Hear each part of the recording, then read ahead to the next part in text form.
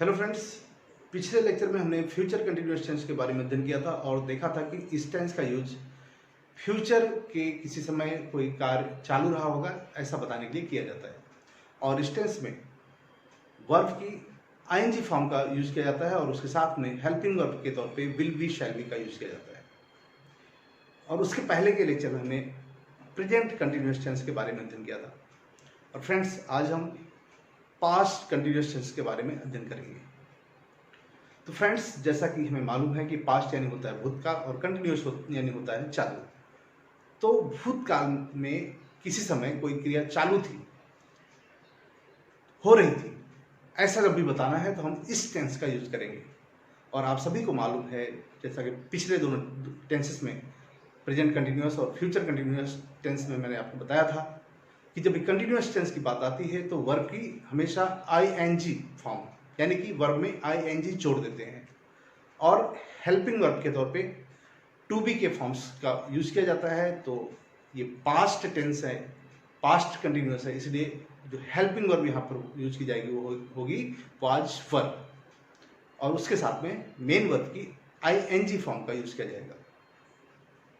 तो एकदम सिंपल है फ्रेंड्स, आप पिछले जो भी टेंसेस हमने पढ़े प्रेजेंट कंटिन्यूअस और पास्ट कंटिन्यूअस, उनसे जस्ट कनेक्ट करके देखें। उसमें इजमार प्लस आईएनजी आता था प्रेजेंट कंटिन्यूअस में और फ्यूचर कंटिन्यूअस टेंस में will be shall be plus ING का यूज किया और पास्ट कंटिन्यूअस में हम वाज वर्ब प्लस आईएनजी का उपयोग करेंगे। बाकी सारे जो कंस्ट्रक्शन हैं वो सभी टेंसेस में सेम रहते हैं। तो बस हमें यहाँ पे देखना है कि वर्ब की कौन सी फॉर्म का यूज किया जा रहा है। आपको पहले मैंने बताया था कि हर टेंस में जो कंस्ट्रक्शन होता है वो सेम होता है, जस्ट हेल्पिंग वर्ब और मेन वर्ब पर ध्यान देने की जरूरत है, वही चेंज होता है। तो पास्ट कंटिन्यूअस टेंस यानी कि वाज वर्ब प्लस आईएनजी का उपयोग करेंगे जब भी हमें भूतकाल में कोई क्रिया चालू थी ये बताना है। कुछ एग्जांपल्स देखते हैं फ्रेंड्स, जैसे कि I was playing chess in the morning, मैं सुबह में चेस खेल रहा था। My grandmother was watching Ramayan, मेरी दादी माँ रामायण देख रही थी। My younger brother was completing his homework, मेरा छोटा भाई उसका गृह कार्य पूरा कर रहा था। तो पास्ट में कोई भी एक्शन हो रहा है ये हमें बताना है तो हम जस्ट वाज वर्ब और उसके बाद में वर्ब के आईएनजी फॉर्म का यूज करेंगे और जो कंस्ट्रक्शन है उस हिसाब से करेंगे। और फ्रेंड्स, वाज का use I, he, she, it या फिर एक वचन कर्ता के साथ में करते हैं और वर्ब का यूज वी, यू, दे तथा प्लूरल कर्ता के साथ में करते हैं। ये पहले हमने टू बी के यूज में ऑलरेडी सीख लिया है। और उसके बाद यदि कोई कार्य नहीं हो रहा था यानी नेगेटिव सेंटेंस हमें बनाना है तो हम जस्ट वाज वर्ब के साथ में नॉट का यूज कर देंगे। जैसे I was not playing football, मैं फुटबॉल नहीं खेल रहा था। My sister was not sleeping in the morning after 9 o'clock, मेरी बहन 9 बजे के बाद सो नहीं रही थी। ये हमें यस नो टाइप के क्वेश्चंस करने हैं तो हम वाज वर्ब को आगे कर देंगे और यदि डब्ल्यू एच टाइप के क्वेश्चन बनाने हैं तो डब्ल्यू एच के बाद वाज वर्ब और उसके बाद सब्जेक्ट फिर वर्ब की आईएनजी फॉर्म और ऑब्जेक्ट फिर अदर वर्ड्स का यूज करेंगे जैसे कि पहले कंस्ट्रक्शंस होते थे। तो कंस्ट्रक्शन के लिए आप सभी पहले समझाया जा चुका है, उससे कनेक्ट करके ही देखें। और फ्रेंड्स, इस टेंस का यूज जैसा कि बताया पास्ट में किसी समय कोई एक्शन या कोई कार्य हो रहा था ये बताने के लिए किया जाता है। अब ये पास्ट का जो समय होगा वो कोई स्पेसिफिक समय होगा, वो हमें सेंटेंस में मेंशन करना होगा, तभी सेंटेंस हमें कंप्लीट सेंस बताएगा, पूरा लगेगा। जैसे कि मैं कहूँ कि आई वॉज वॉचिंग टीवी, मैं टीवी देख रहा था, तो यहाँ पर सेंटेंस कंप्लीट नहीं लग रहा है क्योंकि कब देख रहा था। तो उसकी बजाय यह सेंटेंस को कंप्लीट मीनिंगफुल बनाने के लिए हम कहेंगे कि I was watching TV at this time yesterday। कल इस समय मैं टीवी देख रहा था, या I was watching TV at 10 PM yesterday. कल रात में 10 बजे मैं टीवी देख रहा था।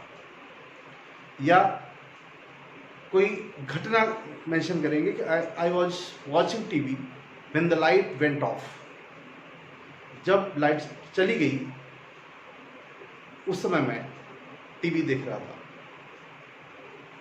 या when you called me I was watching TV, जब आपने मुझे बुलाया तब मैं टीवी देख रहा था।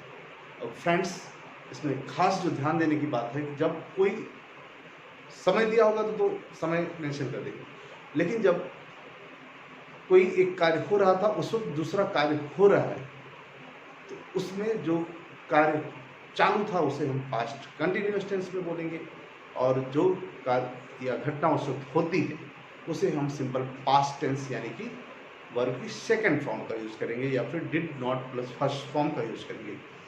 जैसे कि सेंटेंस में बोला मैंने कि I was watching TV when the light went of, तो यहाँ पर उस वक्त जो कार्य हो रहा था वो टीवी में देख रहा था, तो ये पास्ट कंटिन्यूअस टेंस में आई वॉज वॉचिंग टीवी।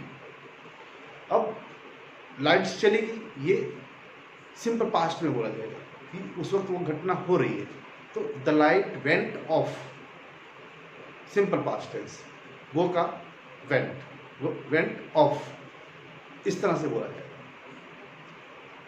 या फिर दूसरा जो सेंटेंस बोला कि when you called me I was watching TV, जब आपने मुझे बुलाया, ये एक घटना हो रही है और उस वक्त दूसरा मेरा एक्शन क्या था कि मैं टीवी देख रहा था।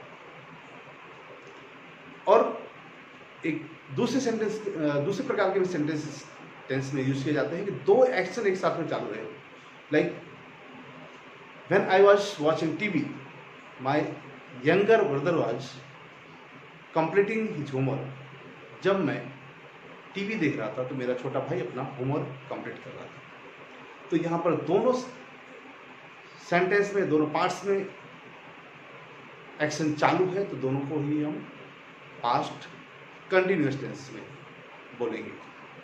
तो फ्रेंड्स, इस तरह से पास्ट कंटिन्यूअस टेंस के यूज की बात करें तो पास्ट में कोई एक्शन चालू था ये बताने के लिए किया जाता है, और इसमें वाज वर्ब प्लस वर्ब की आईएनजी फॉर्म का यूज किया जाता है। जैसा कि आप सभी को इसके पहले ही बताया था कि जब भी कंटिन्यूअस टेंसेस की बात आए तो वर्ब की आईएनजी फॉर्म का यूज किया जाएगा और उसमें टू बी फॉर्म का यूज होगा। तो प्रेजेंट कंटिन्यूअस है तो इजमार प्लस वर्ब की आईएनजी फॉर्म, अगर पास्ट कंटिन्यूअस टेंस है तो वाज वर्ब प्लस वर्ब की आईएनजी फॉर्म, और फ्यूचर कंटिन्यूअस टेंस हो तो फ्यूचर कंटिन्यूअस टेंस में will be, shall be plus verb की आईएनजी फॉर्म का यूज करेंगे। और फ्रेंड्स, हमने तीनों ही कंटिन्यूअस टेंसेस को पढ़ लिया है, और स्पोकन इंग्लिश में बात करें या फिर हम जब भी इंग्लिश की यूज की बात करते हैं या कोई भी लैंग्वेज की बात करते हैं तो कंटिन्यूअस टेंसेस का यूज हमारे बोलचाल में करीब 20 से 30% होता है। तीनों कंटिन्यूअस टेंसेस की बात करें तो सिंपल टेंसेस की बात करें, जो तीनों सिंपल टेंसेस हैं यानी सिंपल प्रेजेंट, सिंपल पास्ट और सिंपल फ्यूचर, तो इनका हमारी बोलचाल में 40 to 50% यूज होता है। तो ये जो 6 टेंसेस हैं काफ़ी ही इम्पोर्टेंट है, क्योंकि हमारे बोलचाल में इनका यूज करीब 70% तक होता है।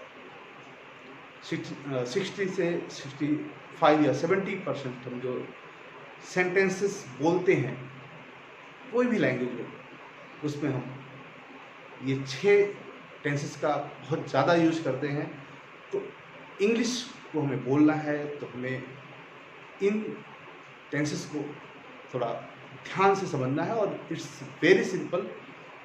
आप सिंपल के तीनों जो टेंसेस हैं उनको एक तरीके से लॉजिकली समझ लीजिए, और कंटिन्यूअस के तीनों जो टेंसेस हैं उनको आप लॉजिकली समझ लीजिए, एक से दूसरे को जोड़ दीजिए और सिंपली आप इसे याद कर सकेंगे।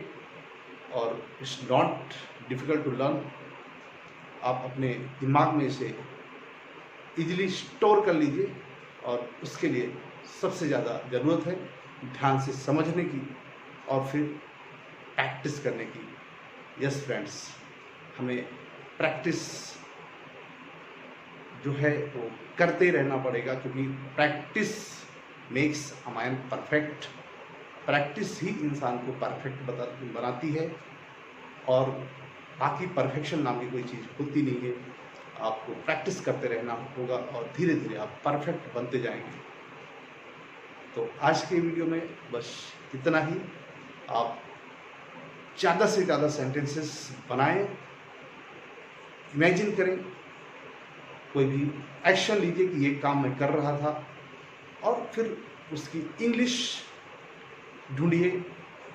आपको यदि नहीं आती है तो आप डिक्शनरी का यूज़ कर सकते हैं और फिर उस पर से सेंटेंसेस बनाइए।